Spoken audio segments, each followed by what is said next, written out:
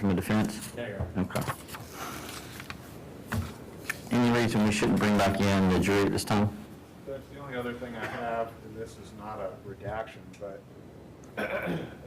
speaking with Mr. Davis here at the break, there is a portion of the video relating to Joshua Manuel, roughly an 8 or 9 minute portion in the middle of his video that I don't see any relevance for my case.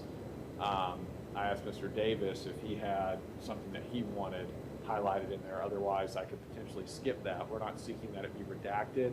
It would go back, the complete video with the jury. But for the sake of saving some jury attention in here, that's something that I would consider. Mr. Davis, are you wanting him to play the whole video, or are you wanting him to fast forward for approximately 7 to 8 minutes? I'm fine with that 7 or 8 minute period of this video. Go ahead and announce on the record, counsel, if you know when you're going to start the fast forwarding, the date stamp and the end date stamp on the recording. Okay.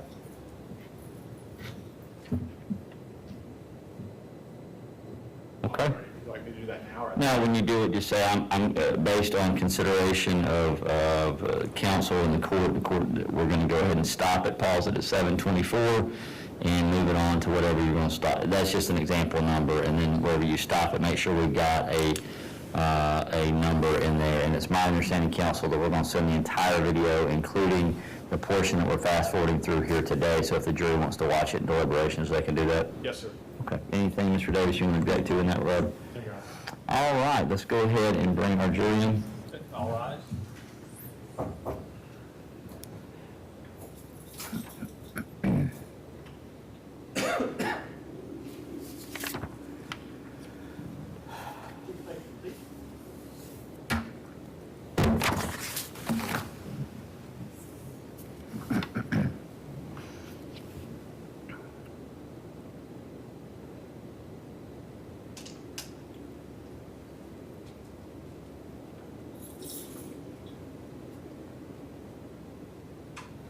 All right, thank you, Mr. Bailiff. Please come to rest.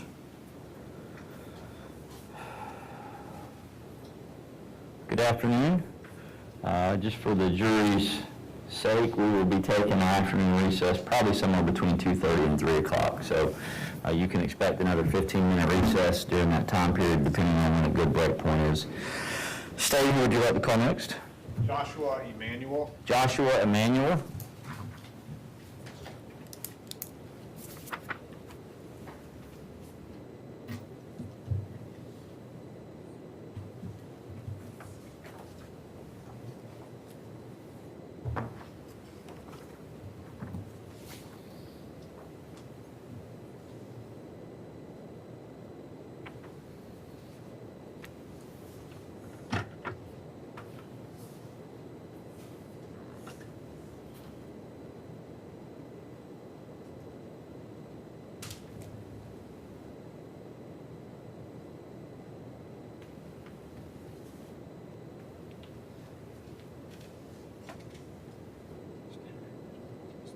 Mr. Emanuel, if you'll raise your right hand, sir. Do you solemnly swear or affirm that the evidence you're about to give to be the truth, the whole truth, and nothing but the truth? I do. All right, thank you, sir. You can sit down, please. Mr. Emanuel, a couple things. That's our jury out there today, so you need to make sure that you speak loud enough that at least the bailiff in the back can hear you.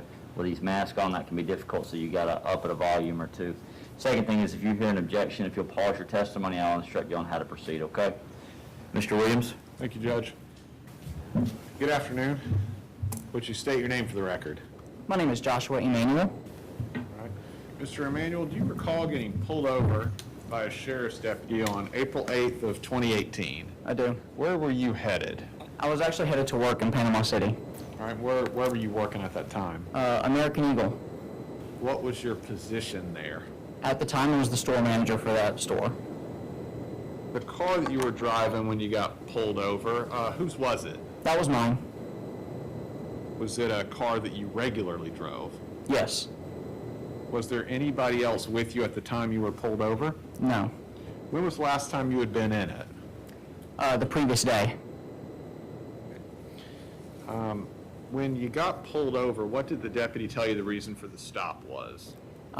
He informed me that he stopped me being since that my license was suspended.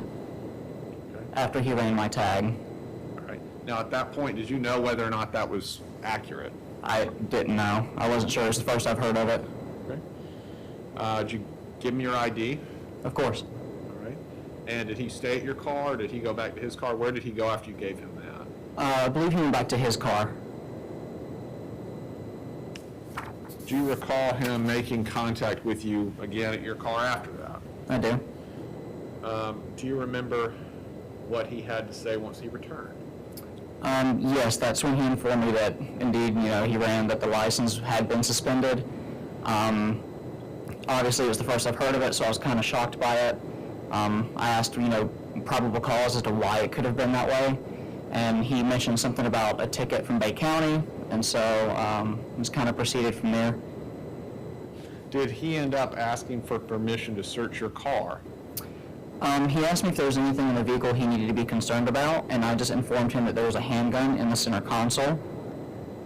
And that's when he asked me if I would step out so he could verify that. Okay. Now, at that time, did you have a license to carry a firearm? No, Okay. But you told him about that firearm? I did. All right. And when you got out of the car, where did you go?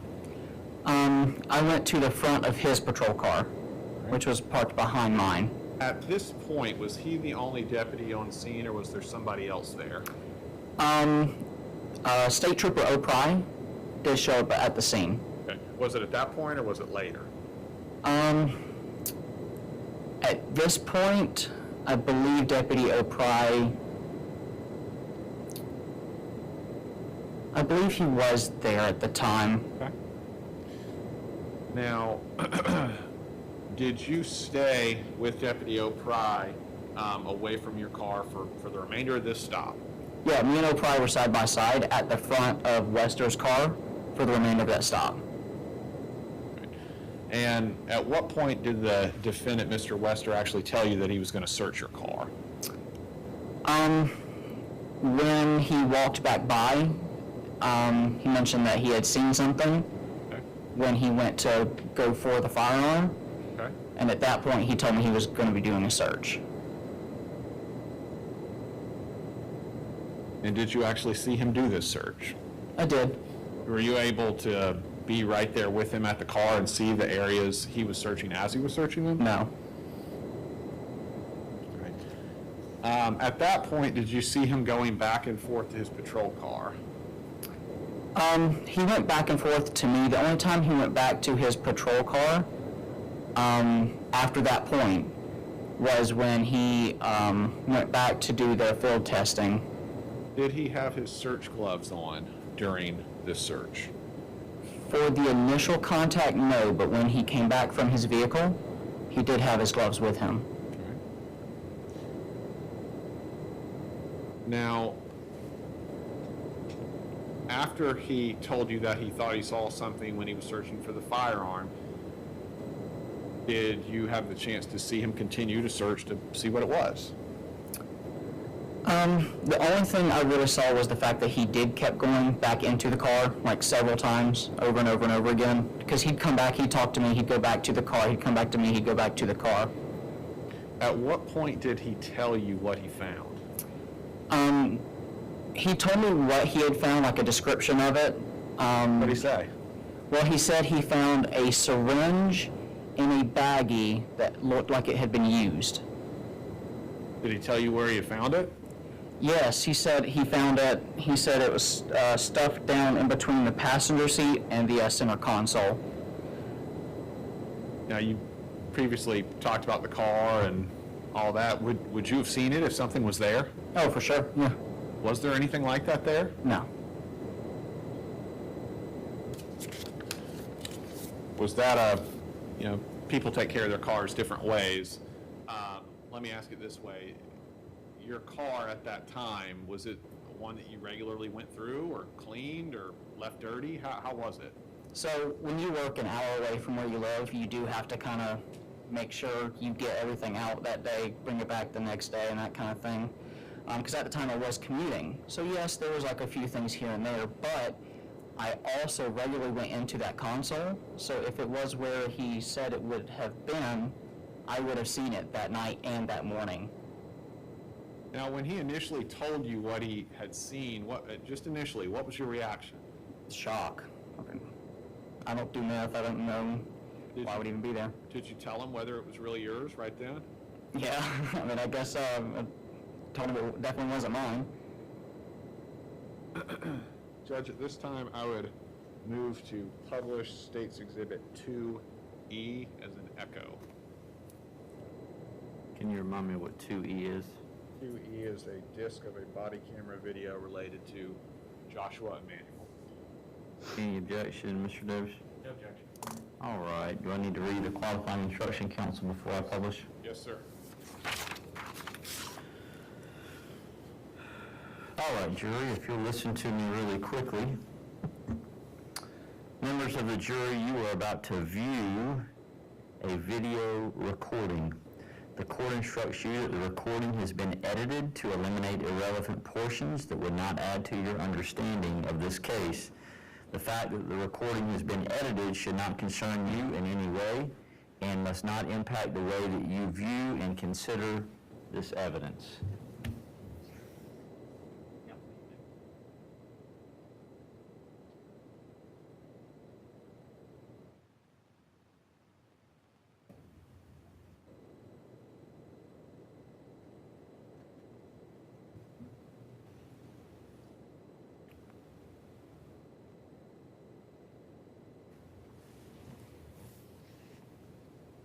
You having a technical difficulty?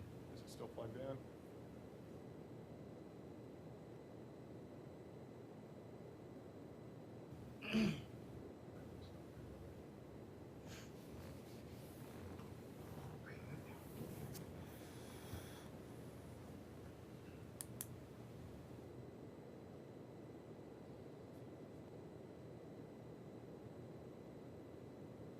Is that it, counsel?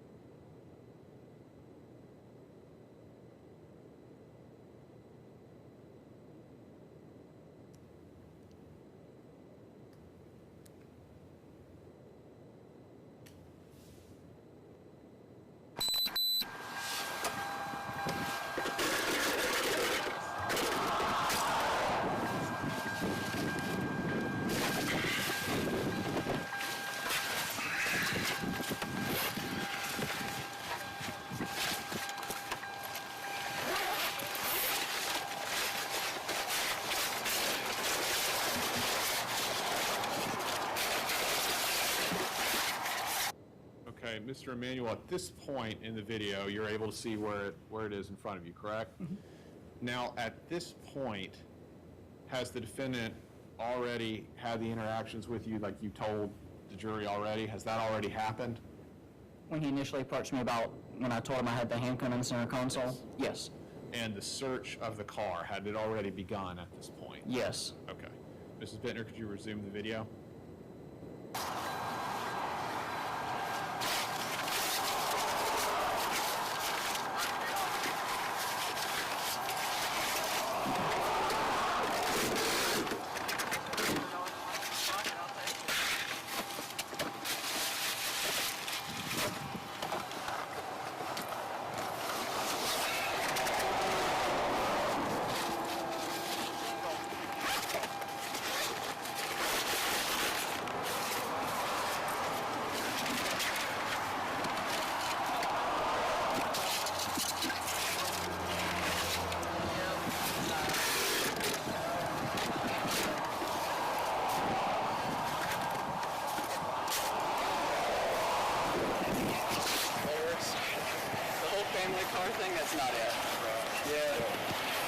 Well, man, you seem like you're pretty squared away, okay? Yeah. All right. Well, I do have an issue with something within the vehicle. What's that? All right. I'm going to read you your rights. Just because I read your rights does not mean you're going to jail. Okay. Okay. You have the right to remain silent. Anything you say can be used against you in court. You have the right to talk to a lawyer for advice before we ask you any questions and have him or her with you during questioning. If you cannot afford a lawyer, one will be appointed for you without cost for questioning if you desire. If you decide to answer questions now without a lawyer present, you've got the absolute right to stop answering questions at any time. You also have the absolute right to stop answering any time until you talk to a lawyer. Do you understand each of these rights I've explained to you? I do. Today, have you asked myself for true or oath prior to allowing you to speak to an attorney? No. Okay. Having these rights in mind, you wish to talk to me now? Sure. Okay. I'm just going to kind of paraphrase what we've already done here, okay? Pulled you over, your driver's license is not valid. Okay. Pulled you out to talk to you about it. You made a spontaneous statement about there was a handgun in the center console. You said it was okay for me to go retrieve that handgun from the center console. Yes. Okay. Opened up the center console, shoved down in between the front passenger seat and where the center console is at. I come back and told you that I saw what appeared to be a syringe sticking out. Yeah. Okay. Whenever I went, I looked further, pulled the seat apart. The syringe is actually in like a plastic, larger baggie with a plastic container with a substance in it that appears to be an illegal narcotic. Do you know anything about that? I do not.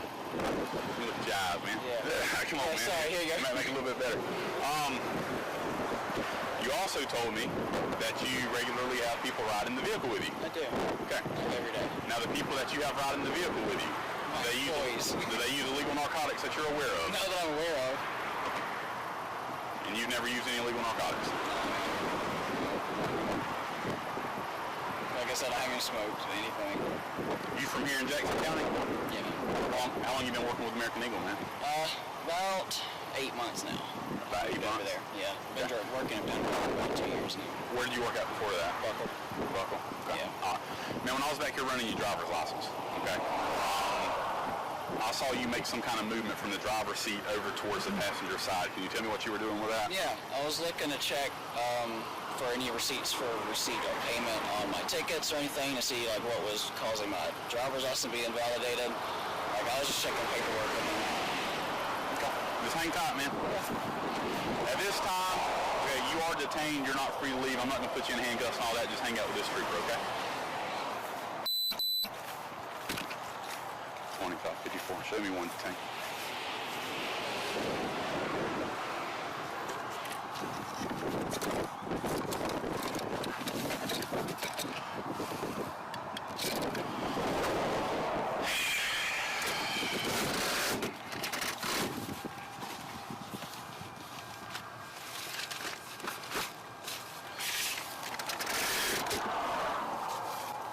Do you have a kid? How old's your child? 5. It's not mine. Okay. Who's your girlfriend? Amber? Susan. No.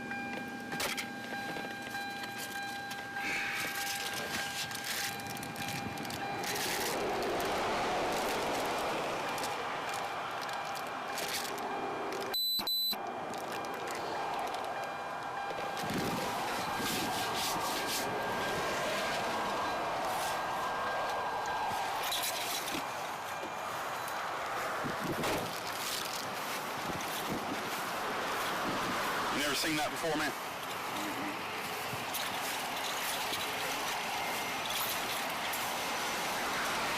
Now, Mr. Emanuel, at that point, does the defendant show you what he says he found in your car? I mean, I briefly see it as he kind of passes by. Like he's asking me if it was just like a recognizable item in my car. And is that the first time you ever saw that item? Yes. Please resume, Ms. Bittner.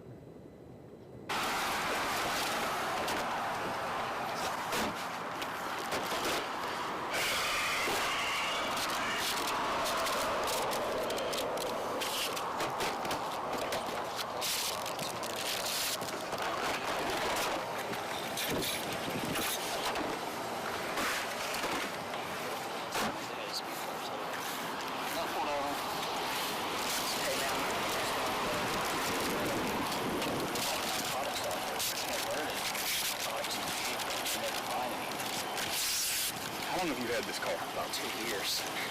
How often do you clean the car? Well, the outside of it, like once a week almost. Yeah.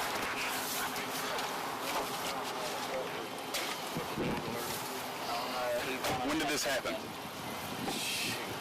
year ago, probably. A year ago? Yeah.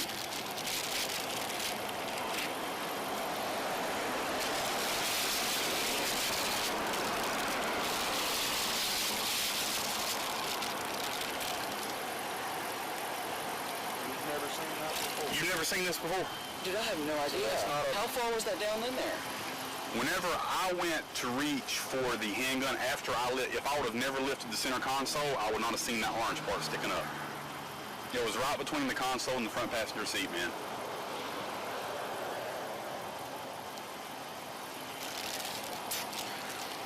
So, you said a year ago. Damn.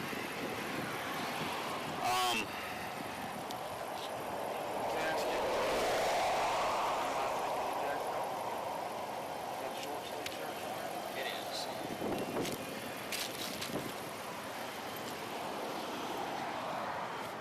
No track marks. No, dude, I don't use. I mean, you see where we're at. Yeah, man, you guys Yeah, like it- We're standing here, this definitely has the appearance of Mr. Emanuel, when you're take your jacket off and you hold your arms out, what are you doing there? I was showing that there weren't any track marks or anything, like I'm not injecting anything with a needle in my arms. Please resume, Ms. Bittner. illegal activity.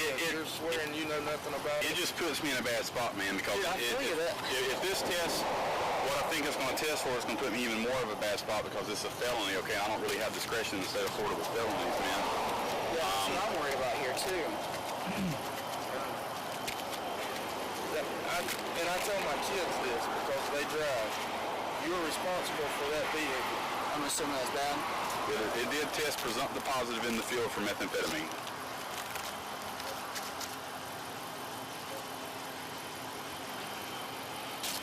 Oh, man. You have to be very careful about who you let in your vehicle. That one's been used, too. More so now than ever. It's been used.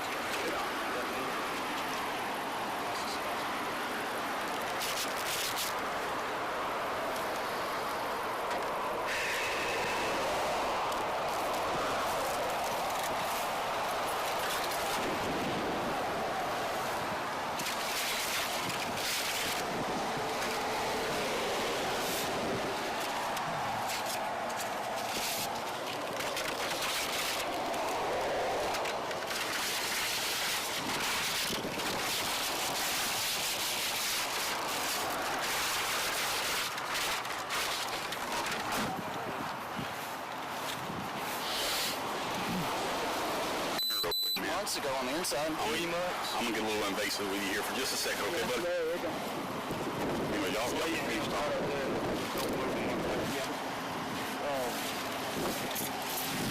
So 3 months ago you say you cleaned the car? Yeah, like I don't really do it too often anymore.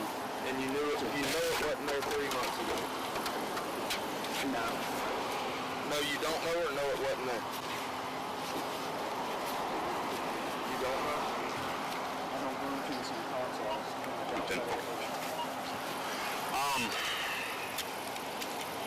So while I'm doing this, I want you to think, bro, about who could have been in your car that might have left that in there because, look, man, I'm not saying you're a bad person, okay? Yeah. I want you to understand where I'm coming from. A meth user is not going to leave narcotics in a vehicle that they've purchased, okay, and that they plan on using. So, okay, you want to appear to be a user, okay? And if you are a user, you've not been using it long. Or you understand where I'm coming from, right? Yeah. But that's a good thing. If you've not been using it long, and the first step is to be honest with us. If you do have a problem, starting to get a problem, we can get you help. Right. If you're not, Or if you're hanging around the wrong crowd. right. Because this, Dude, I'm gonna be honest with you. I go to work, I come home, I Okay. sleep, I go back to work. I Okay. don't hang The- out, party, I don't. the state entrusts me to be a fact finder, right? Try to put all the pieces to the puzzle together. Whenever I find something like this, it's kind of hard for me to do that. I don't know you. I've never met you before. I don't know your family, so I don't think you would have any reason to lie to me, right? And that's how I will go until you give me a reason to think that you are lying to me. So you can't think of anybody that might have left that in the vehicle. I've got an employee list I can give you if I needed to. Like I said, I've only got one person I could imagine using. She doesn't work for me anymore. How long has she been gone? About 2-3 weeks now. When was the last time she was in the vehicle? About 2 weeks ago. Yeah, the last day she was in my car. I know she was having some domestic issues, and her boyfriend would come in. He was kind of rough. I don't know. I don't like to say it was her, but it had to be anyone that choose her, if that makes any sense. I just want you to understand where I'm coming from, man. When it's a felony, I have no discretion in the state of Florida for that, okay? Especially whenever it's narcotics, man. I can't just throw that in a ditch out here and act like it never happened. Yeah. Okay? So you're going to go to jail today for possession of methamphetamine, for possession of drug paraphernalia. Okay? I will help you out and not tow your car if you can get somebody here to pick your car up in about 10 or 15 minutes. Do you have anybody? Because I don't want you to have to pay a tow bill, man.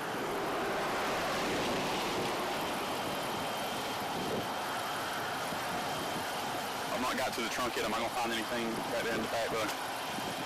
Nothing in your shoes? Hey. How quickly can you get to? Okay, Mr. Emanuel, at this point, what is going through your head? What is your state of mind? Confusion. I go from getting pulled over, not really sure why, to learning my license was invalid, then to having a search done on my car, then to knowing or being told that I'm going to jail for methamphetamines possession. I mean, it's just total confusion. I didn't know what was going on. Well, this other, you mentioned another employee who had been in the car, I think you said 2 to 3 weeks ago. Is that what was on there? Yeah. Okay. Well, in the 2 to 3 weeks that you that since then, would you have seen it if that syringe and that bag and that meth were in that spot? No, for sure. I mean, you saw the child seat and the back seat, and when you move that front seat, you can see in the video here, when you move that front passenger seat forward, it moves quite a bit. If there's anything in between there, you'd know.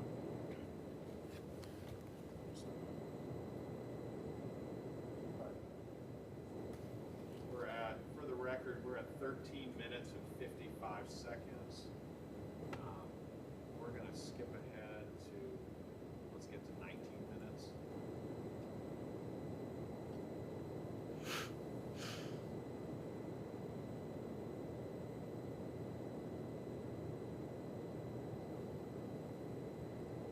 With me as much as I'll possible. take it up there for you, man. Okay, here.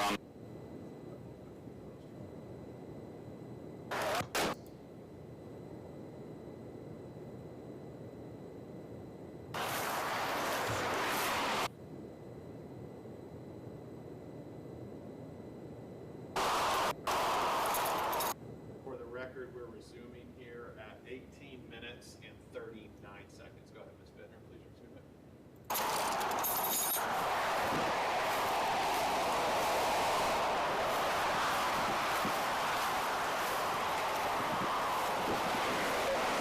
Hey Sarah, it's Josh from 243.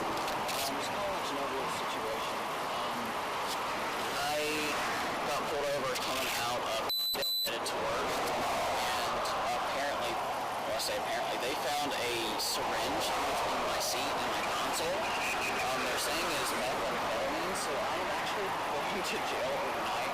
So I'm gonna just let you know that. I don't know if I need to have any sort of lawyer situation set up with the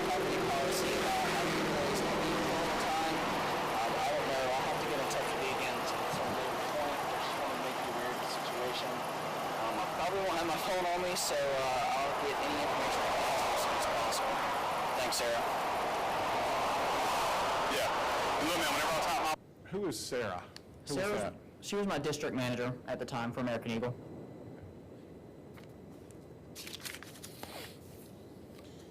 Now, after this, were you taken to jail?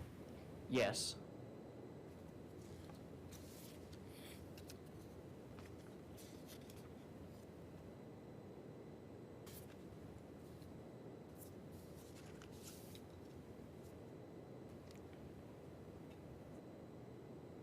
Nothing further at this time, Judge.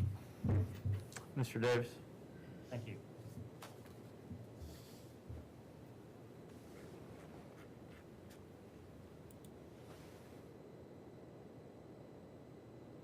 Good afternoon, Mr. Manuel. So you were taken to the jail, correct? Correct. What happened once you got to the jail? They showered me in, they gave me all the clothes, they took, possessions, all that kind of stuff. They checked it in, and they held me in their education center, I believe. Okay. Did you get released from the jail that night? Yes. Okay.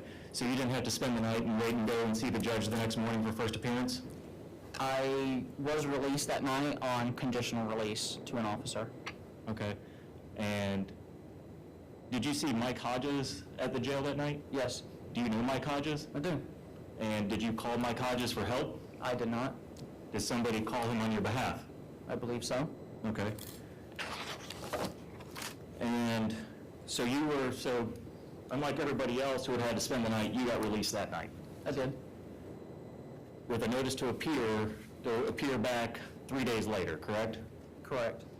And then you were given some conditions that you were supposed to follow, correct? Correct. And did you have any issues following those conditions? No, phone call every week. I think I paid dues. Okay. You never violated those conditions? Not to my knowledge, no. Okay.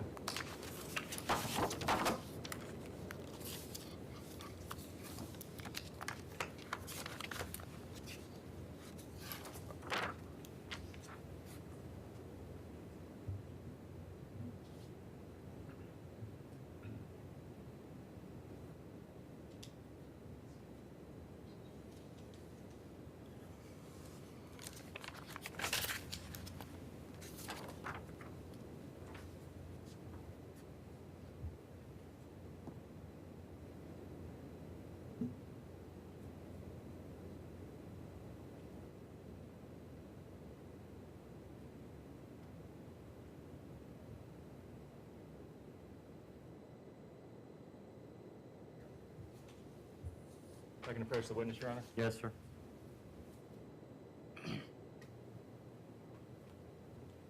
Mr. Manuel, I'm showing you a document that's called Affidavit of Violation of Conditional Release. You're saying you never saw that document before? I have not. Okay. And then, I'll show you this. This is what's called an order to show cause, or in layman's term, that'd be a warrant for your arrest. Were you ever aware of that? I believe they mentioned this when they called to tell me that my case had been dropped. Okay. And on the order to, or the affidavit for the violation of probation or conditional release, what day is that signed? This day, it is signed the 26th of July, 2018. Okay. And then the order to show cause, which would have been the warrant, there's a date on that, when was that signed? That one says 27th of July, 2018. And did you ever go to court for this order to show cause? No, Did you ever go to court for this case at all?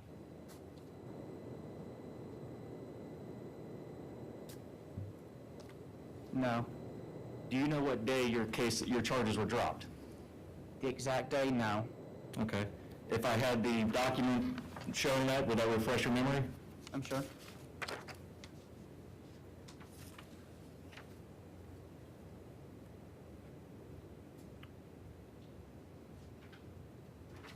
What date does that say on there that your charges were dropped? This says 27th day, July, 2018. Okay. So is that the same day that we were just talking about that the warrant was issued for your arrest? I believe so. Okay. And who signed that document dropping the charges against you? The name listed is Christina Pumphrey. Okay. Do you know Ms. Pumphrey at all?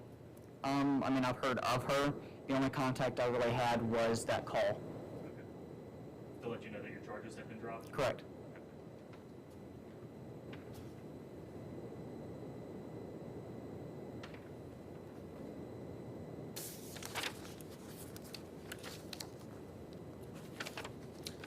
And while you were there, when Mr. Wester was searching your car, or when he pulled you over, did you ever see him put anything in your car?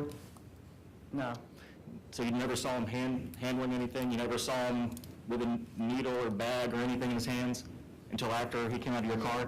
No, he was pretty far in there when he was reaching for the gun. Okay. But, you know, we saw a view of the car as he comes and talks to you, and he turned around and looks back at it. So, I mean, the distance is what, 15 yards, 20 yards? So Yeah, you- he was searching from the right side of my vehicle. I was on the far left side because I was parked over into the grass. He was on the side of the highway right here. Okay. So from where I was standing, I couldn't see inside of my own vehicle. Okay. But did you see him reaching in his pockets or anything? No. Okay. And he's wearing short sleeves, so he didn't have anything up his sleeves either, did he? I can have just a moment, Your Honor? Yep.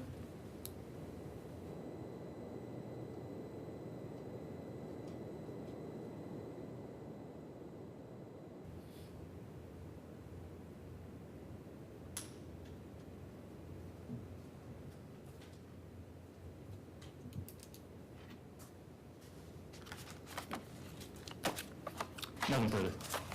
Okay. Mr. Williams, any follow-up for this witness? Briefly, Judge.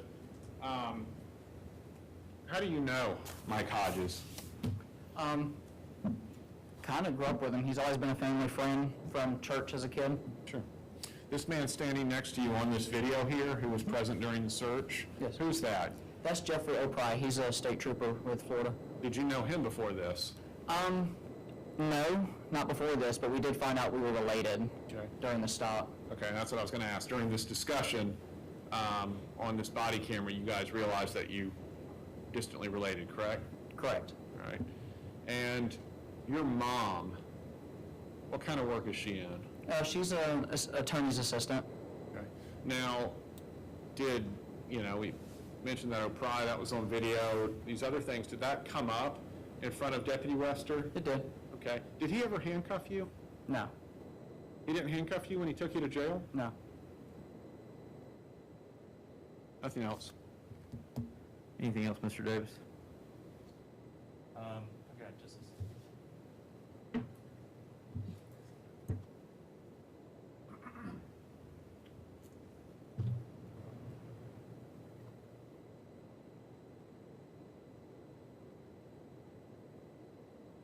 Nothing further, Your Honor. Okay. You want to keep Mr. Emanuel for possible recall? Yes, sir. Mr. Emanuel, I'm going to let you go at this time, but you are subject to recall by the state's request at this point in time. Thus, I'm going to ask you not to have any conversations with anybody outside of what you talked about in this courtroom, nor do you discuss any questions that you were asked. You understand you're still under the protection of the court at this time? I do. All right, thank you, Mr. Emanuel. You're released for the day.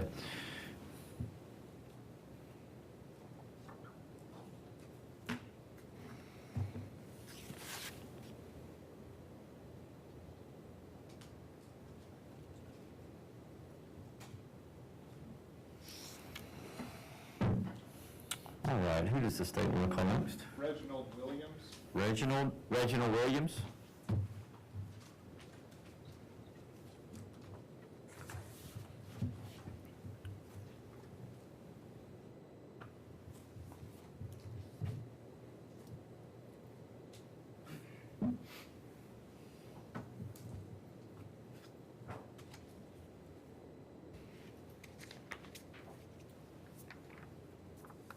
May Mr. Davis and I approach while he's coming into the... Yes, sir.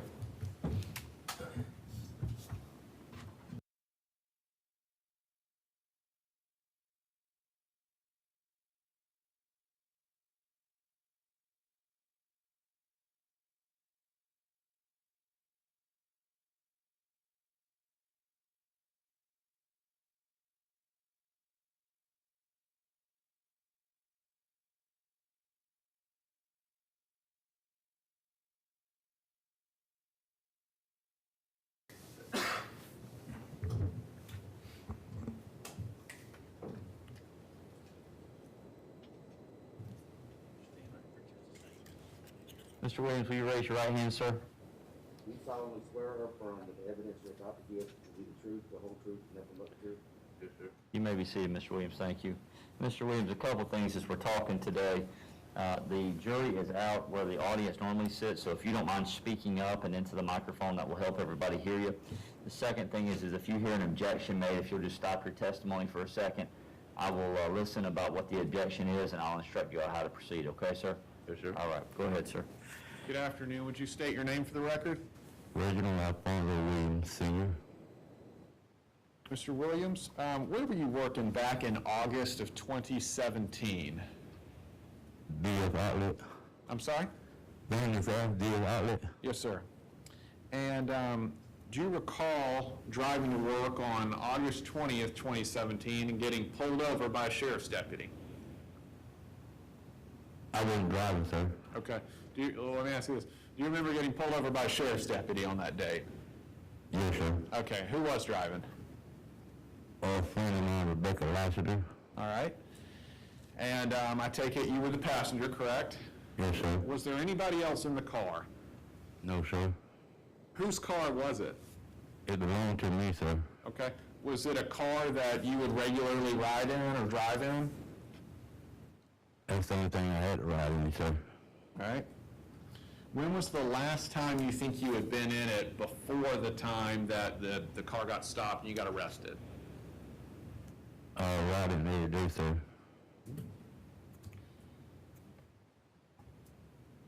When the car you were in got pulled over, do you remember a sheriff's deputy making contact with Mrs. Lassiter and you? Yes, sir. Did he tell you what the reason for the stop was? Yes, sir. What did he tell you? He told Rebecca that it was for a cracked windshield. Was the windshield cracked? Yes, sir. Okay. And how big was the crack?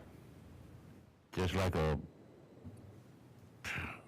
not no like limp in the car, just a crack, sir. Did you know about it before he pulled your car over for that? No, sir, not really. I hadn't paid no attention. Okay.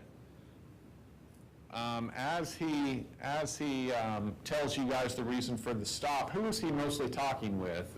Miss Lassiter or you or both? I would say both of us, sir, but he was talking to Miss Lassiter in the beginning. Okay. At some point, does he tell you that he smells something, believes he smells something? I don't recall, sir. Okay. Specifically, does he make a comment to you that he believed you smelled marijuana? I think so, sir. Yes, sir. All right. Well, let me ask you this. Had you or Mrs. Lassiter been smoking marijuana in that car recently? No, sir. Okay. Did he end up asking for your name? He asked for my identification, sir. And did you give it to him? Yes, sir. At some point, did he end up searching your car? Yes, sir. Okay, tell us how that happened. How did it go that he ends up getting from your ID to searching your car? He asked could he search the car, and having us, we having nothing to hide, said yes, and next thing you know, that's how it happened, sir. All right, where were you and Miss Lassiter when he was searching? He told me to get beside it. I was standing in front of his patrol car, sir. All right. You were standing in front of it? His police car. Okay. That's where he told me to sit. Was that car in front of your car, behind your car? Where was that? Behind his. And what about Miss Lassiter? What about her? Where was she? He said her to come over there and stand beside me. Beside you? After he told her to come over there and stand beside me, yes, ma'am. Okay. Were you able to actually watch him and see him search the car? I could see him being over in the car. I couldn't see him what he was doing in the car, no, sir.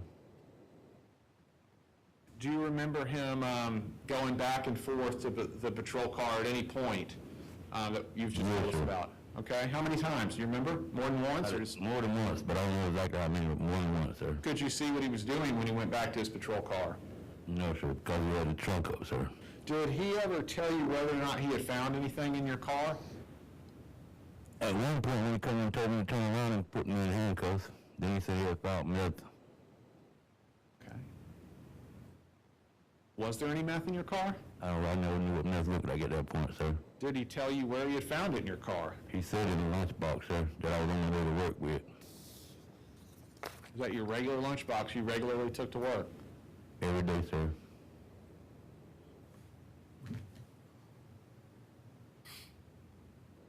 Did he end up finding something else in your wallet?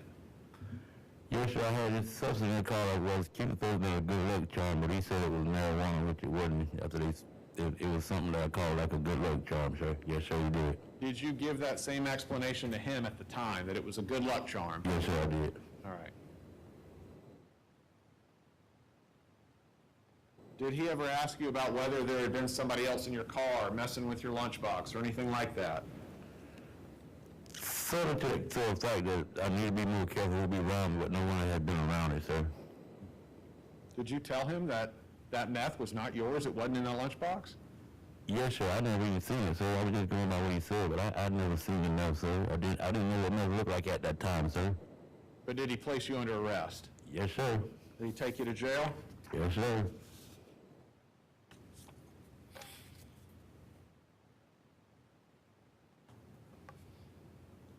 Judge, at this time I'd move to publish State's Exhibit 3E as an echo. It is a detention report from Jackson County Jail for Reginald Williams. You said 3E is an echo. Yes, sir.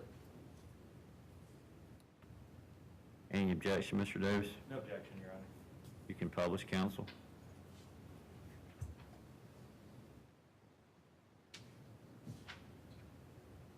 Are you able to see that on the screen in front of you, Mr. Williams? Yes, sir. Okay. And in the top left portion where it's got your name there, Reginald Williams, correct?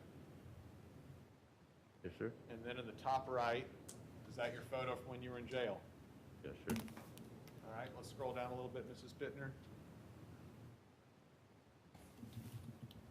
Now, in this middle section here, there's a book date and a release date. Do you see that? It's where the mouse should be moving across the screen. Do you see that? Yes, sir. Okay. And are those the dates that you were in jail on this? Of August 30th, 2017 through September 1st of 2017? I guess so, sir. All right.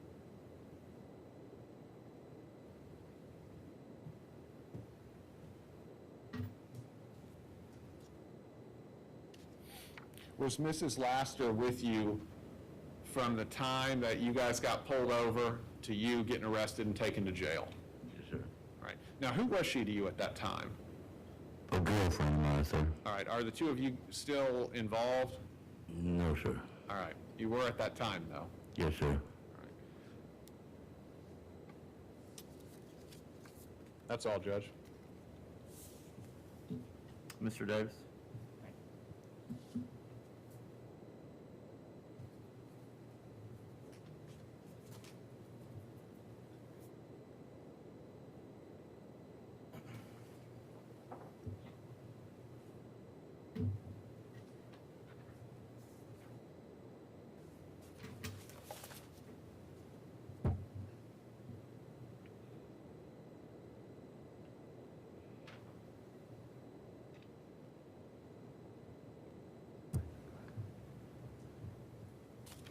Good afternoon, Mr. Williams. How you doing, sir?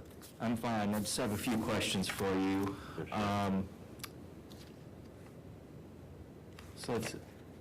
Did you end up reaching some type of agreement with the state with these charges? I think they wound up dropping them, sir, and after they found out that none of the stuff was mine, and it didn't turn out to be anything, sir. Well, I'm not asking about that. I'm asking about back in 2017 when you went to court. Did you enter a plea to possession of paraphernalia? Did I enter a plea? Yes. I don't recollect, sir. You don't recollect that? Okay. Have you previously been convicted of a felony? 4, sir. You've been convicted of 4 prior felonies? Yes, sir. But you don't recall entering into a plea to possession of paraphernalia in this case? Is that correct? I don't recollect, sir. Okay. And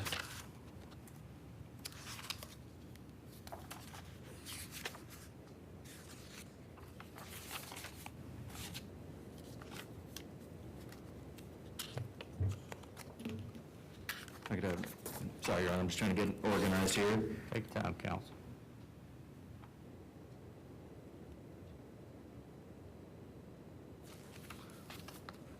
And then, well, I guess, how about a civil attorney? Have you filed a civil suit in this, based on this case? Can you repeat that, sir? Have you filed a civil suit where you're suing the sheriff and suing Mr. Wester about this? No, sir. No, you haven't? No, sir. Okay.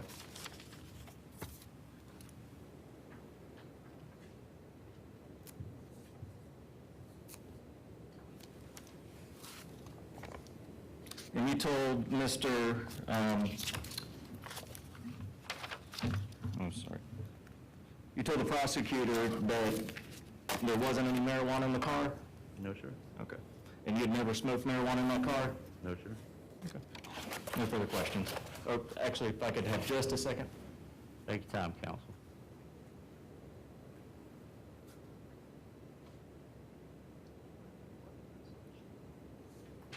Nothing further. Okay.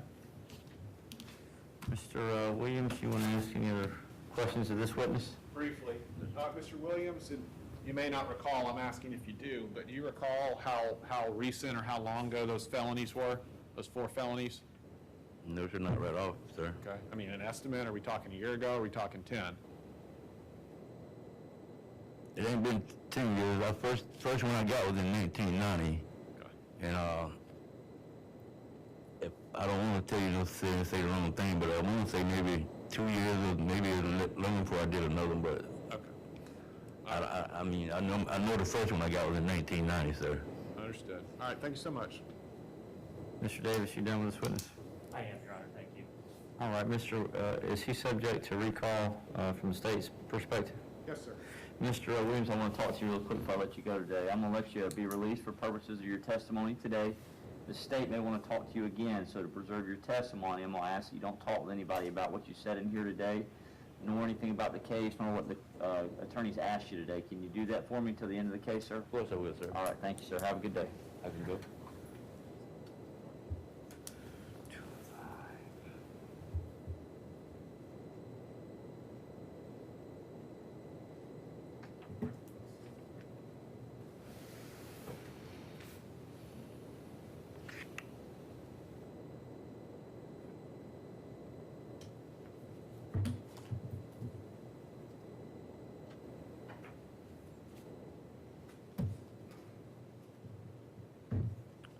State, who would you like to call next?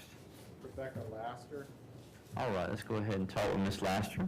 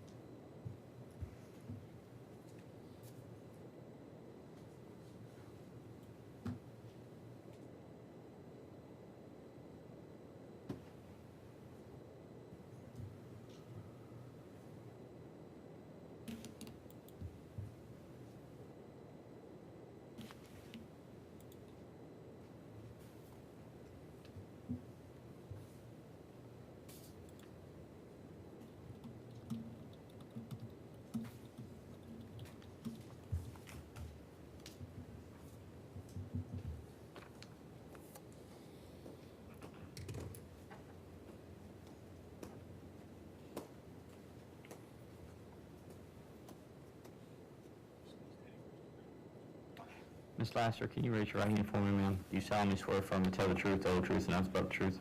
Yes, sir. All right, thank you, ma'am. All right, Mr. Clerk. Ms. Laster, I want to talk to you real quick before you get started. A couple things. One is if you make sure you speak up, that out there is the jury. So we've got our courtroom rearranged for COVID.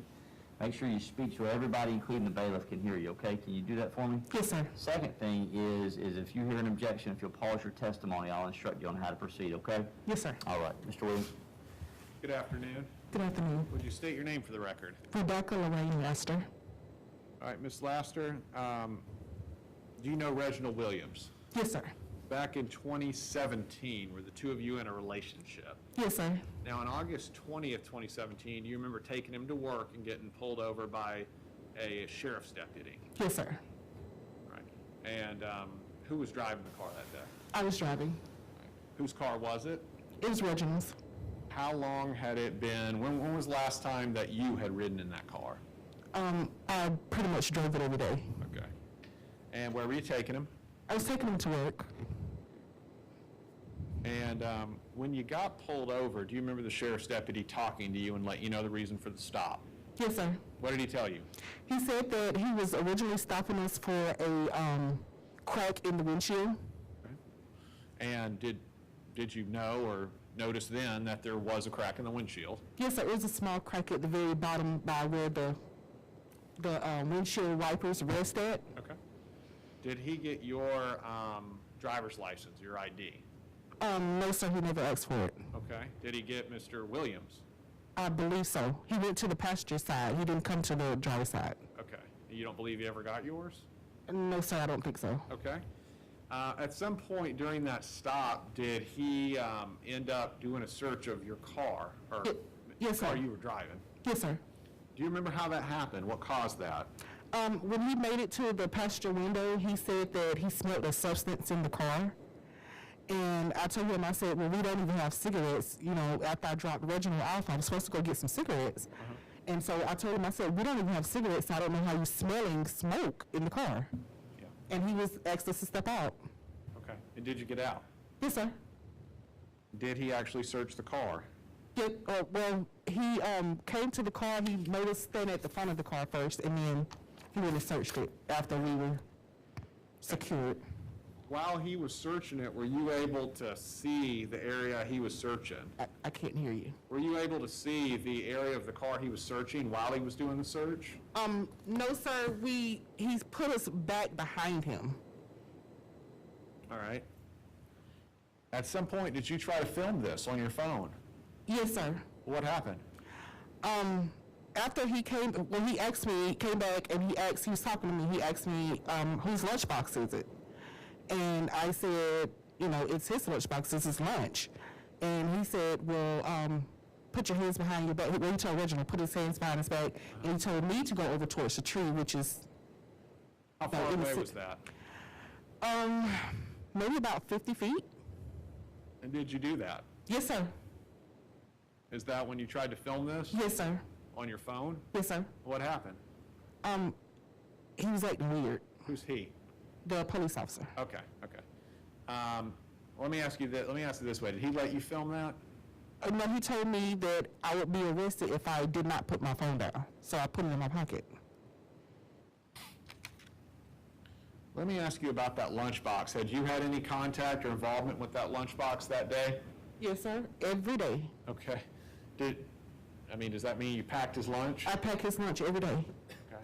How long was it between you packing Reginald's lunch and this defendant pulling you over and saying he found meth in it? Less than 5 minutes, because we stayed less than 5 minutes away from his actual job. Was there any meth in that lunchbox? No, sir. Did you put any meth in it? No, sir.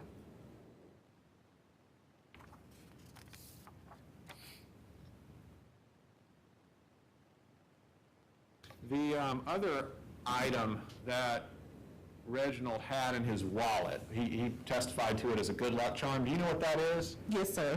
What was that? It's basically supposed to be grass from the Holy Land, but it's basically grass clippings. Okay.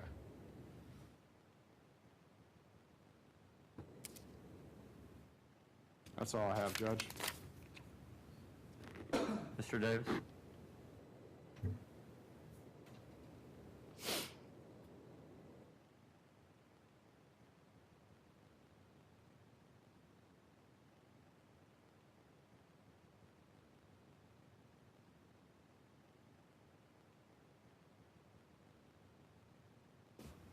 Just going to give him a second, ma'am. Okay. Thanks, Judge. No questions. Can I speak with counsel real quick at sidebar? If you'll just stay there 1 second, ma'am. Thank you.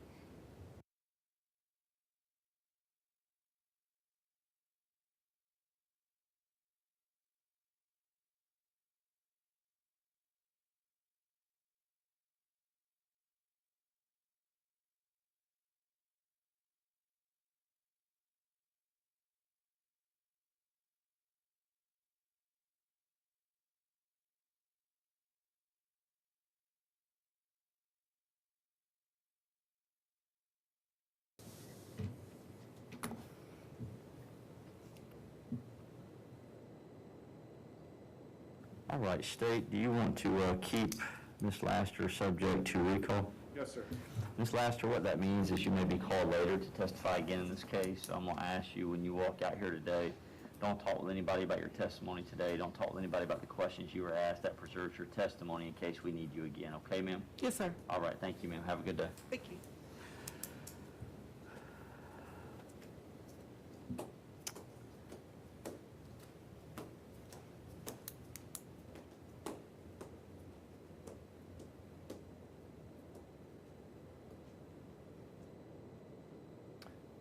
Mr. State Attorney, based on where we're at in the afternoon, you think it's maybe a good time for a 15-minute recess to let you kind of get regrouped for the next couple witnesses? Yes, sir. Mr. Davis, you agree with that? Yes, sir. One thing that's unusual with jury is sometimes you don't know the pace of hearings. There's some things we need to get ready for before our next witnesses. So we're going to take our recess a little bit early. It's 2:15.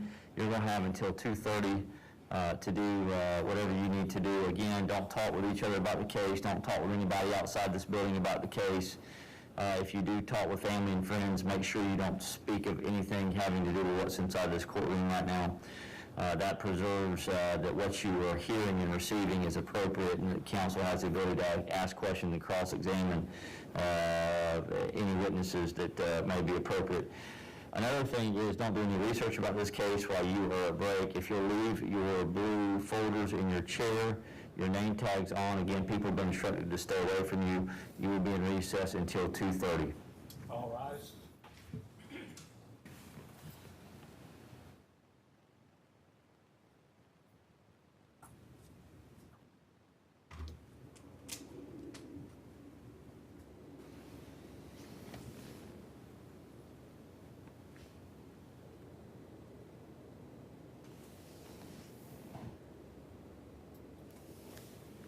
All right, please come to rest. All right, Mr. Williams, as they begin to take their afternoon recess, anything that we need to discuss before we take our recess? Judge, I have one more witness here. It is one with a video. Will probably take about as long as Mr. Emanuel did. Okay. I'll let the court, Mr. Davis, know we're already significantly ahead of schedule from what I predicted. I think from what I provided, we see that. I don't know that I can get anybody else here for today. Mr. Van, Ms. Laster, and Mr. Williams were all extra people that I Okay. anticipated on being called tomorrow. So I want to make good use of everybody's time, but we are ahead of schedule. Okay, that's fair, Mr. Davis. Anything you want to say in that regard? There you are. All right, it is 2:16. We will be in recess until 2:30. Thank you.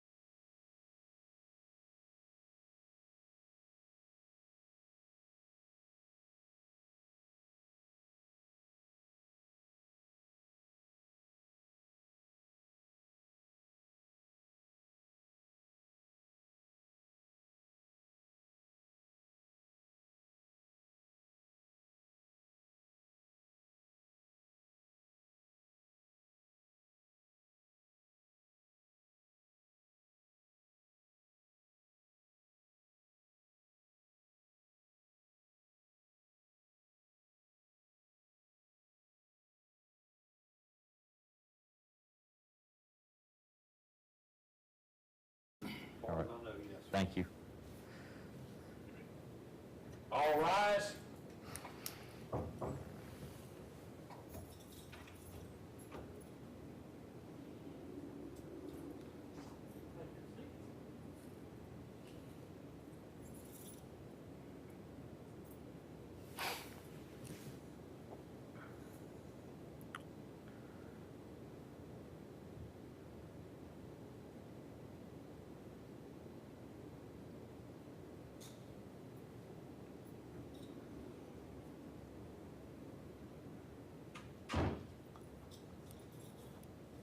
All right, please come to rest.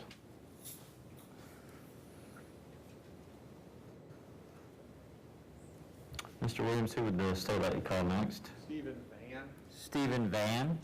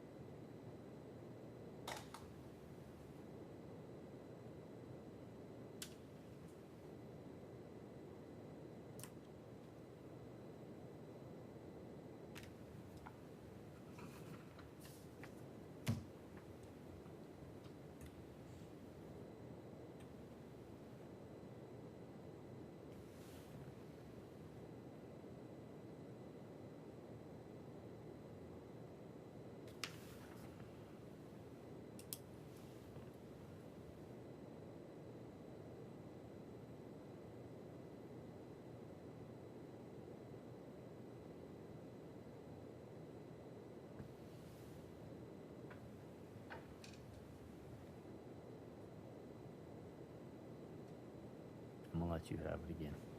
I'm gonna let you have it again. Mr. Van, if you'll raise your right hand for me, sir.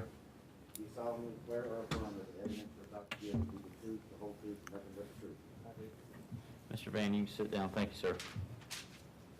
Mr. Van, let me talk to you real quick before you get started with your testimony. The jury is out here. That's who you're speaking to today.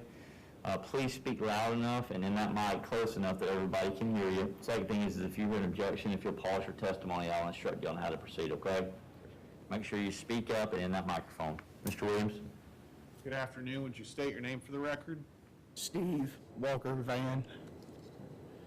Mr. Van, do you recall getting pulled over by a sheriff's deputy on April 17th of 2018 here in Jackson County? Yes, sir, I do. Okay. Were you by yourself or did you have anybody with you at the time? At the time, I was by myself. Okay. And what car were you driving? My 2001 Chevy Tahoe. Was that, at that time, was that a car that you were driving regularly or not? Yes, sir. Okay. Were you driving it daily? At that time, yeah, you could say that. Yes, sir. Where were you going when you were pulled over? The Cobb's alignment shop. And when you were pulled over, what did the deputy tell you the reason for the stop was? First, he told me that there was something, my plates came back saying something that I didn't have no insurance. And I presented my insurance packet with the receipt that I paid a week early.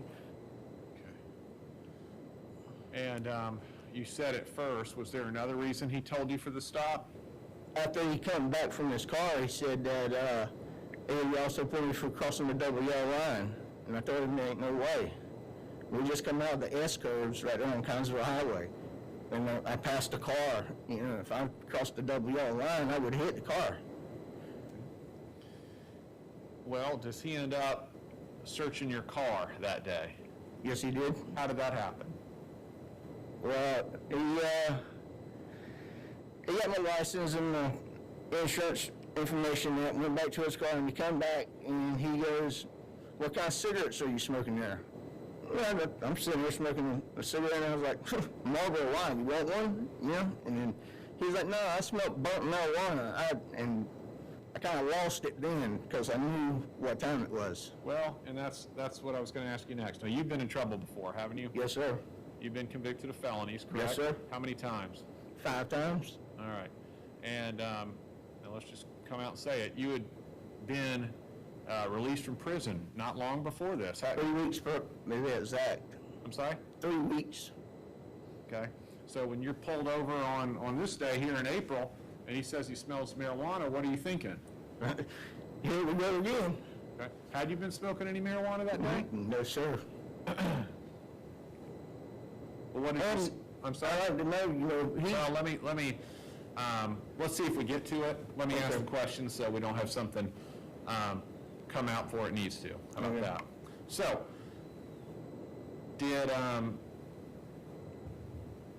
did you end up agreeing to let him search the car? at first I was assisting to. I said, you want to search this car, you search it, man. You know, search it all you want. Okay. You know, Why did you say that? Sir? Why did you say that? Because I know that's their gateway entry, and I knew my truck was clean. Okay. I knew it was. Where did you go when he searched your car? Did you stay right there, or did you go somewhere else? He instructed me to sit there in the front of his patrol car. Where was his patrol car compared to your car? Probably about 15 foot back from the rear of my truck. Okay, and did you go back there and stay there the whole time he was searching? I sure did.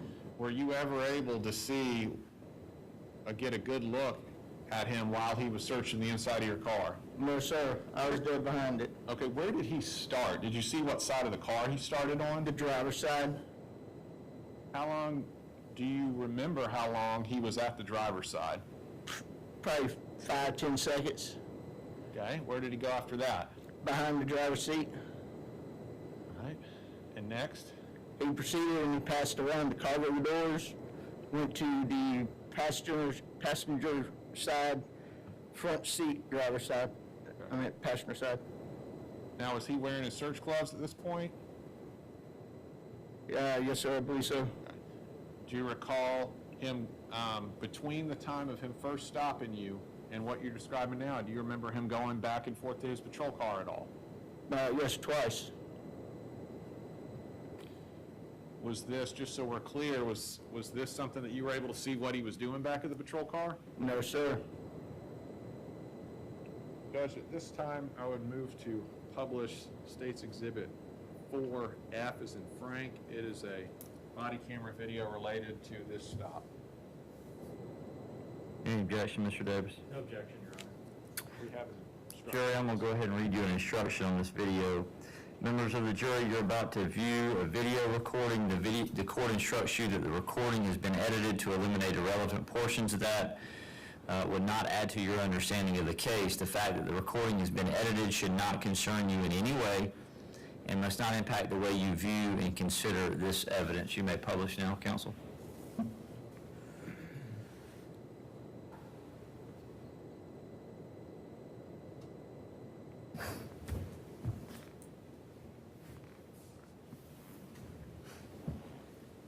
Go ahead, Ms. Bittner.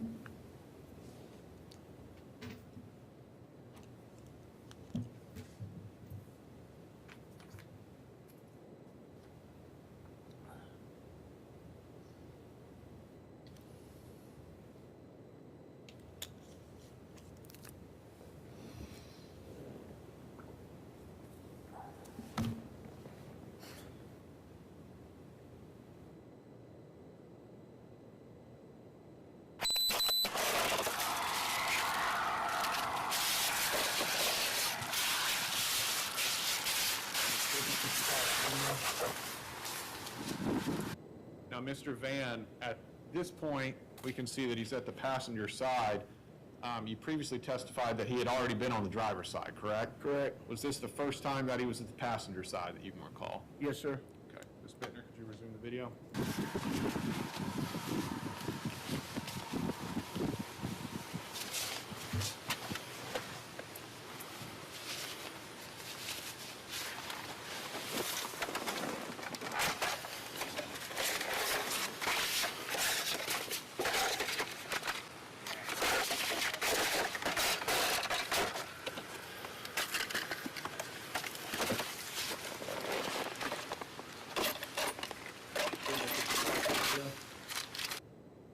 right, now, Mr.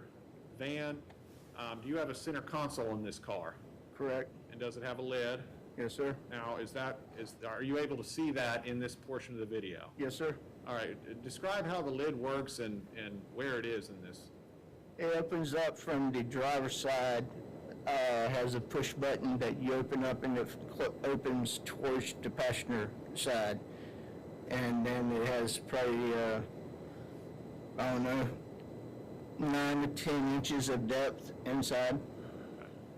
And this, khaki or light brown portion at the top of the screen, is that the top of that console lid opened up? Yes, sir.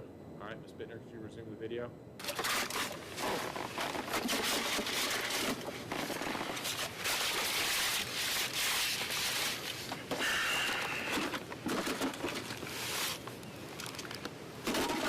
Let's see this.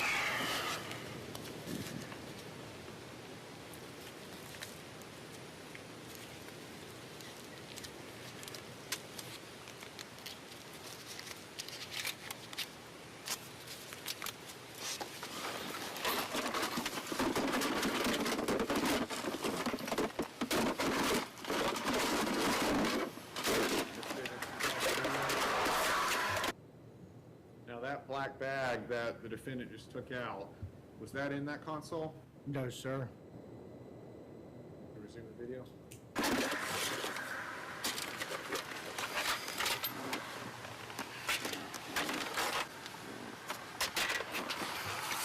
$25.54. $1 is going to be the driver on 10-6 vehicle search.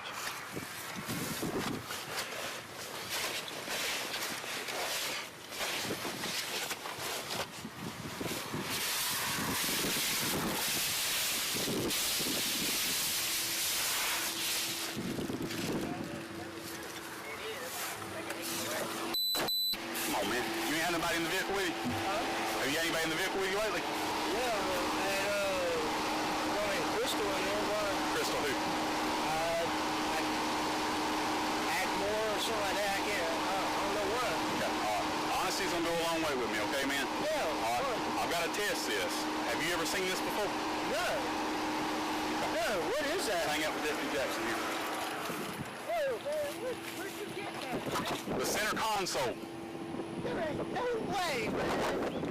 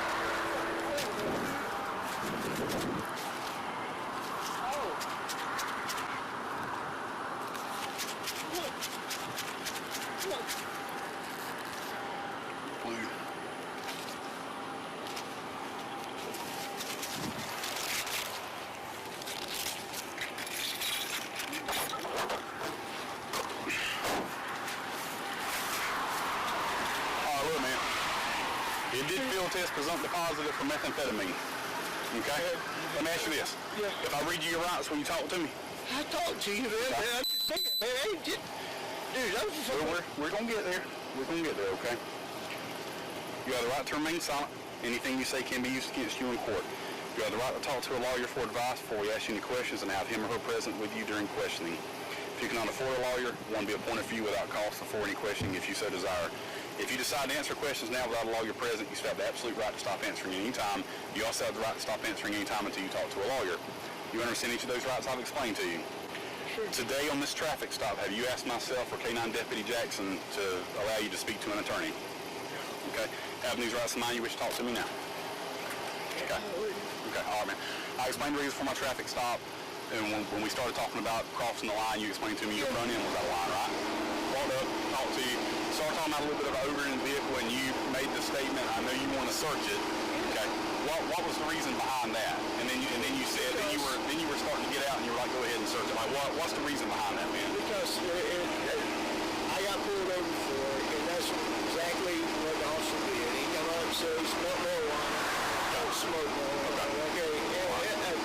And that just gave him the right to come in and search. All right. So I get into the vehicle, okay? You saw me work my way around, same way I search every vehicle, start on the driver's side, go to the passenger side. Open up the center console, pulled all of your papers out of the center console. In the bottom in the corner, there was that little clear baggie painted black, or it's already black with creases in it. Okay? In the bottom of it's probably 0.20 of a gram of what appears to be methamphetamine. That's what my field test shows out here on the side of the road. Okay? Whenever I came back and talked to you about it, before reading your rights, so I can't even put that in my report, I can't use that against you. You made the statement that you had someone in the vehicle with you, okay? Now that your rights have been read, do you want to tell me, give me some background on who you had, and are they users or anything?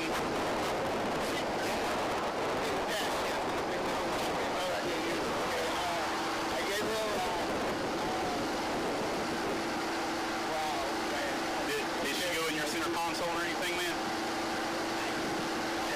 Possible, maybe. Now, before I look any deeper, am I going to find a pipe or a syringe or anything like that, man? So the last time you used methamphetamine before you went to prison, right? You voluntarily told me that you had been in prison for possession of methamphetamine. Yes. Okay. You said you served 2 years. Yes, sir. Okay. And see, when did you get out? It's just March. Okay. So when you got out in March, you've been clean ever since, correct? Okay. Where you live at, man? White Church Pond Road. White Church Pond. Yeah. Have you been pulled over since you got out of prison? No. You haven't been pulled over since you got out of prison? Okay.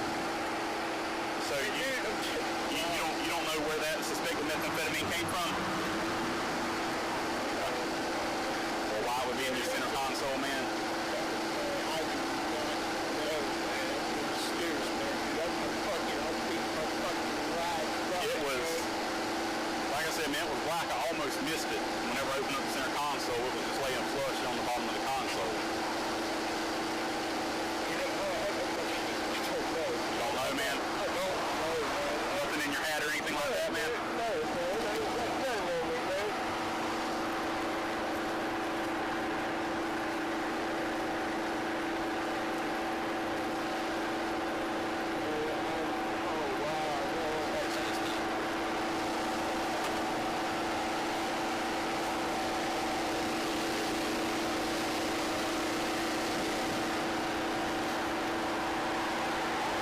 When's the last time she was in that vehicle with you, bud?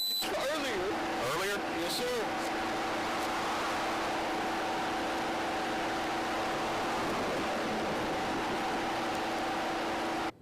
Now, Mr. Van, this lady that you were giving a ride to earlier, was it that earlier that day? Yes, sir, it was that morning. All right, where did you take her? They're over there for Corbin Road. Now, was she ever in the car by herself? No. Was she ever, while you were in there, was she ever going through the console or putting anything in the console? No, ain't no reason to. Had you been in the console earlier that morning? Earlier that day?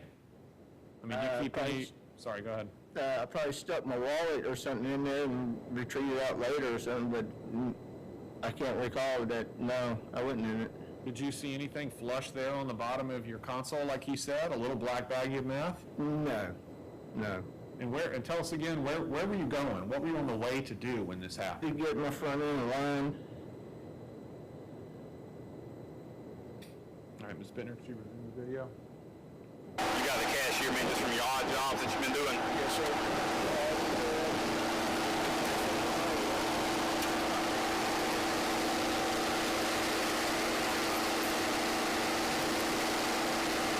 I sold some more stereo.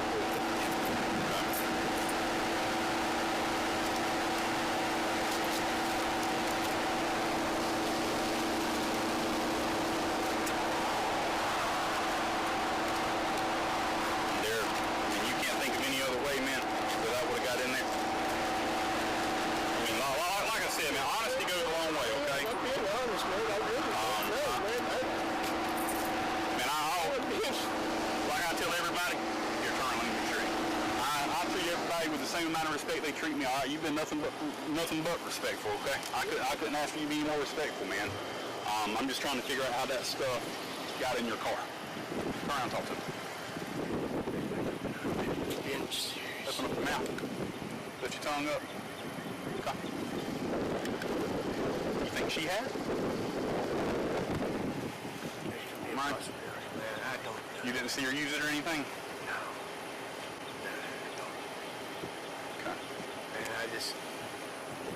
Look, man, you're going to go to jail today for possession of methamphetamine, okay? It was in your vehicle right there at the center console. All right? Come on, man. Please. I don't have much discretion with a felony charge, buddy. I don't have much discretion with that, man. Dude, man, my mom was going to... Oh, man, dude, I'm serious, dude. Anything. What you want me to do, man? Listen, man. I don't have discretion with that, okay? If I know that she was in there, you think I'd tell you go here and search, man? Come on, man, really? People still do sometimes, and that's why I was getting around to the fact that did you see the person that was with you? Were they using or shooting up or smoking while they were in the car? Because whenever I ask you that, you kind of put your head down and look away. It makes me kind of think that maybe, yeah. No, man, I'm telling you, man, God. Okay. All right, man, go ahead and put your hands behind your back. Can I smoke a cigarette, please? Please? Just hang tight right there.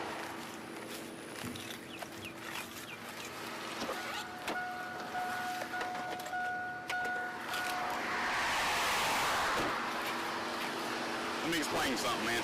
Go and get you a cigarette. The company you keep sometimes makes you turn into a, okay? I'm telling everybody stay away from me, too. Okay.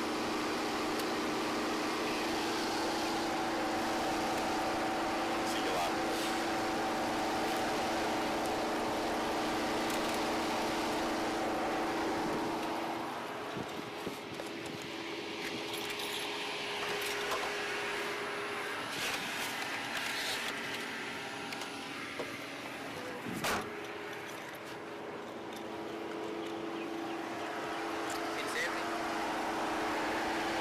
You know, I might tell you vehicle too. Okay.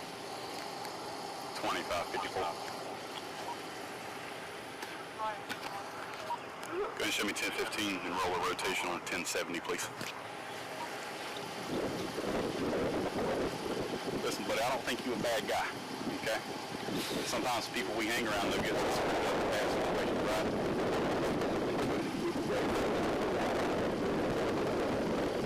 This fact right here, man.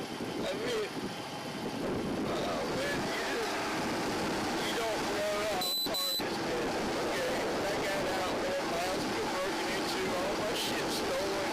I had nothing, man. I took everything stolen from me, man. Where did you live at the time? The same place. Same place, man.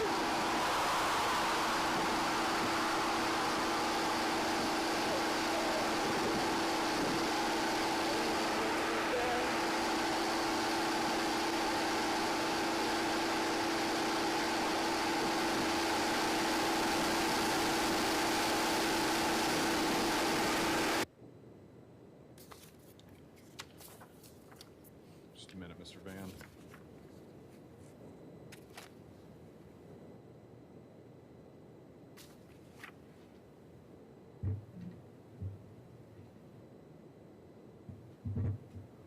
Now, Mr. Van, were you arrested and taken to jail by the defendant? Yes, sir. Judge, I'd move to publish State's Exhibit 4E as in Echo, a detention report from the Jackson County Jail related to Mr. Van. Any objection? No objection. Give me 1 second, counsel.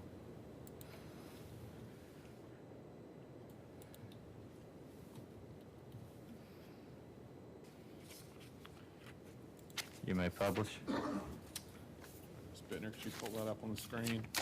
Are you able to see that in front of you, Mr. Van? Yes, sir. All right, is that the photo of where you were booked in the jail on these charges? Yes, sir. All right, Ms. Bittner, can I get you to scroll down a little bit? In the middle there, on the right-hand side, there's a box, right, where Mrs. Bittner's moving the mouse there, for book date and release date. You see that? Yes, sir. Are those the dates that you were in jail on this? 17th to the 18th. Yes, of sir. April 2018. Yes, sir.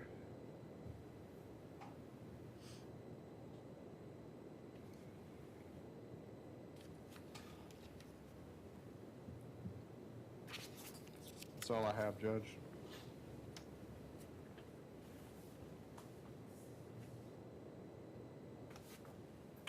Mr. Davis? Were you gonna finish the video?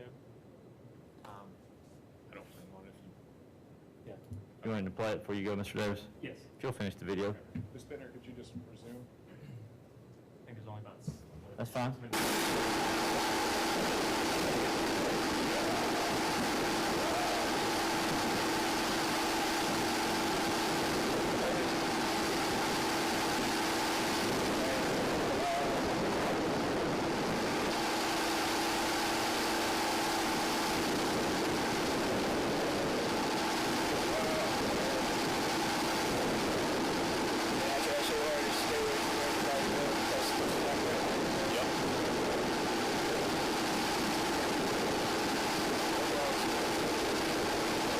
How old's your mom? Yeah. She lived down there too? No.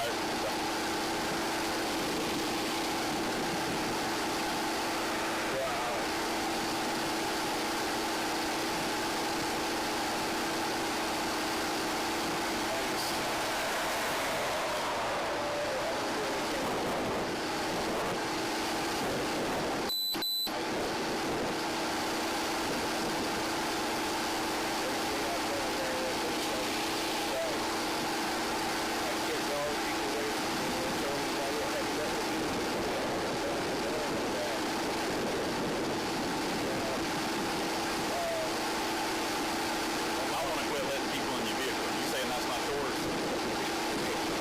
I want to quit letting people in your vehicle. And I can tell you, man, you look me in my eyes whenever you tell me it's not yours, but you look away whenever I ask about the person that was with you. Okay? That's what I'm saying. I really don't know.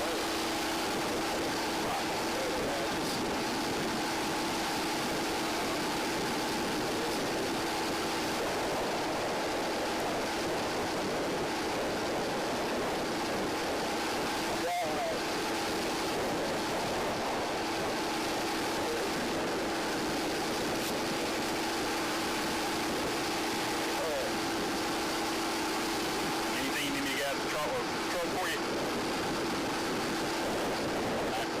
I got your wallet back there, your hat, knives, cigarettes, sunglasses. That'll all be put in your property, okay?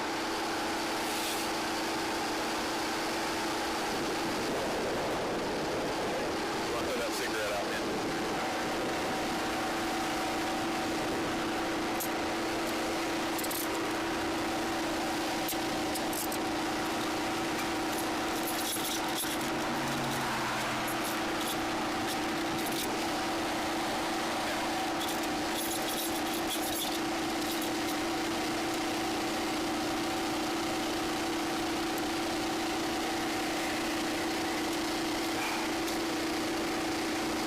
You alright?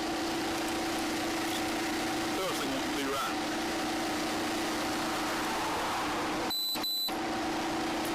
Okay. Come on back here, miss.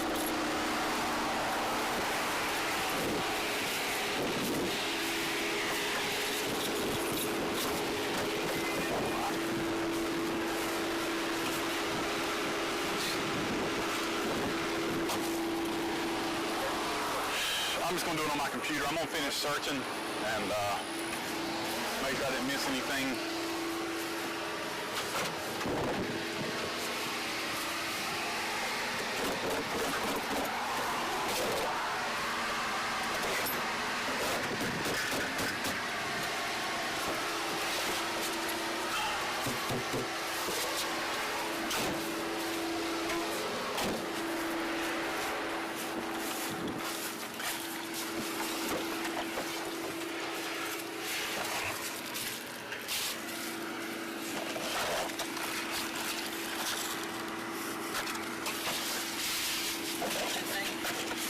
Last name Van.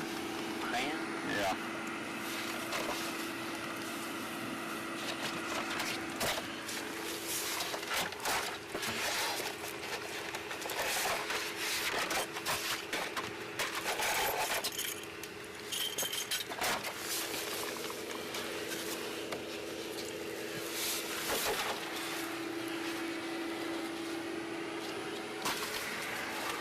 Thought I was a damn pipe at first.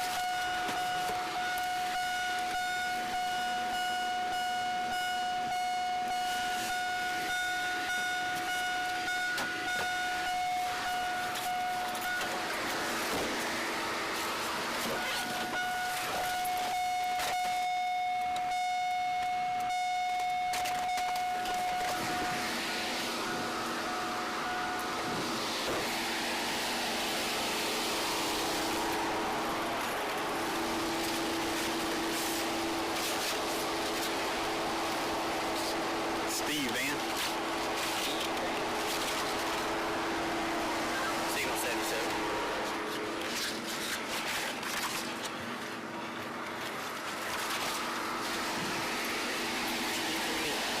But you can break loose if you want to, son. I sure appreciate the help. End of recording no further evidence here, buddy.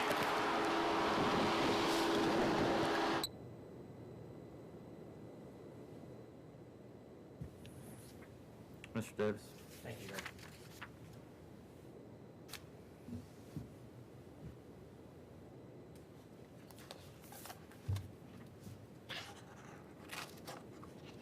Good afternoon, Mr. Van. Just a couple of questions for you. Who is this? You said you had somebody named Crystal in the call with you? Earlier that morning, yes. Okay, and how do you know her? It was just a friend. Okay. Did you ever know her to use methamphetamine?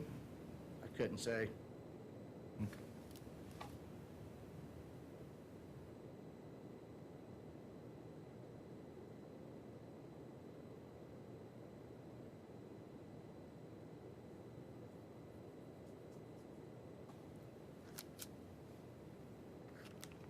While Mr. Wester was searching your car, you were standing by his vehicle with the other deputy, correct?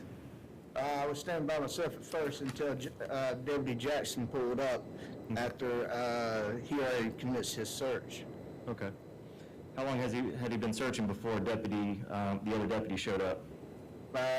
Whenever he was on the passenger side, Deputy Jackson pulled up and he asked me how I was doing.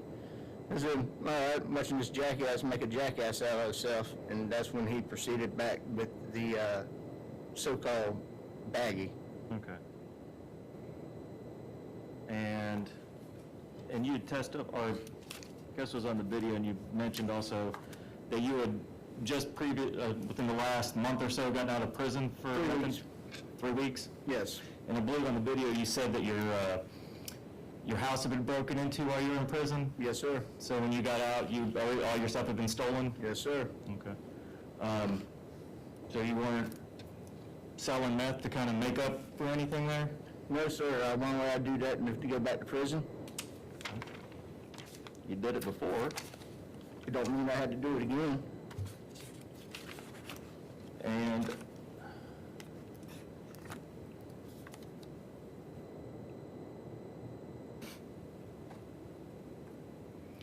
when Mr. Williams was asking you some questions about the reason you were pulled over, and you talked about crossing the double line, in response to that, you told Mr. Williams that didn't happen because there was another car, correct?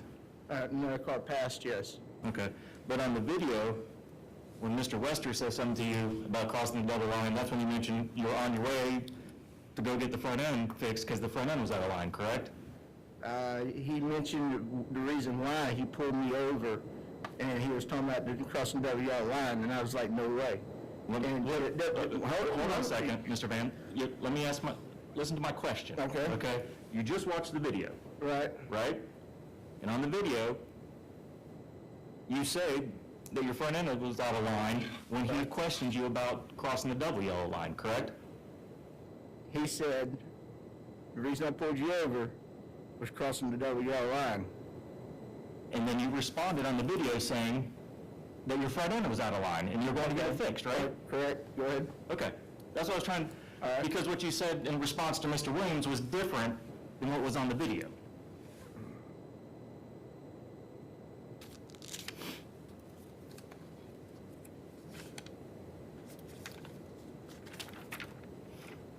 Were you aware that this Crystal was a known drug dealer? No.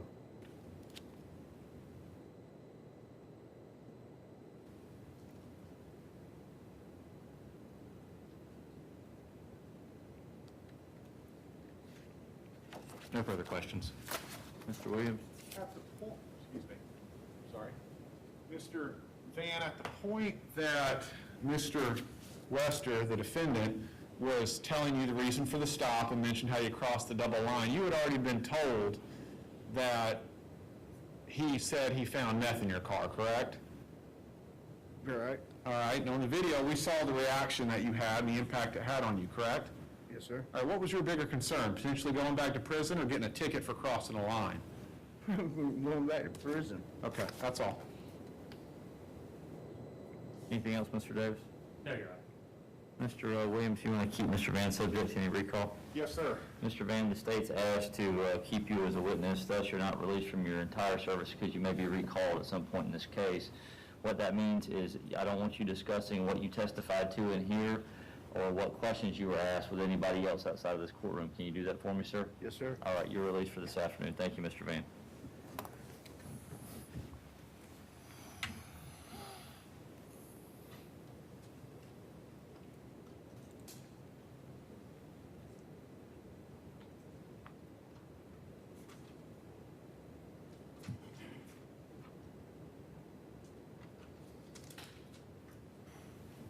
Mr. Williams, I understand where we're at for the afternoon. Is this a good time to adjourn for the day? Yes, sir. All right, Mr. Davis, you agree with that? I would, Your Honor. One thing that you begin to understand as we do this, jury, is sometimes we get ahead of pace, sometimes we get behind pace. This is going to be our ending point for the day. I can't promise you that every day you will be this fortunate and get out at 3:15, but today you are. And so you're going to be free here in just a second to go about your business for the rest of the day. Let's talk about what my expectations are, especially as we leave here today. We had a long discussion last Wednesday about the attention that this case may receive with respect to any sort of media that may be covering it. I am instructing you not to watch any sort of news or read any sort of newspaper that has to do with this case. That includes any sort of blog, website, etc. Don't look up anything on your phone. Don't do any research. Don't tweet, text, email, do any communication with this case. Don't talk with each other about this case. Don't talk with your spouse about this case. Don't talk with your kids about this case. When you leave here today, you do not do anything with respect to this case until you come here tomorrow morning. That ensures that our system of justice preserves and acts like it's supposed to act, and that is a critical component of how we need to behave on an ongoing basis, especially as this is your first afternoon outside of the presence of the court. A couple things. If you'll leave your notepads in your chair, I will take them up for the evening. I'm going to let you take your jury badges home with you. If you'll just have them on when you arrive tomorrow morning. Our schedule for tomorrow is as follows. If you'll be in the jury room at 8:20 a.m., we'll get started somewhere right around 8:30 a.m. Again, if you'll be here at 8:20, and we will have a full day of testimony, we'll jump right into that tomorrow morning.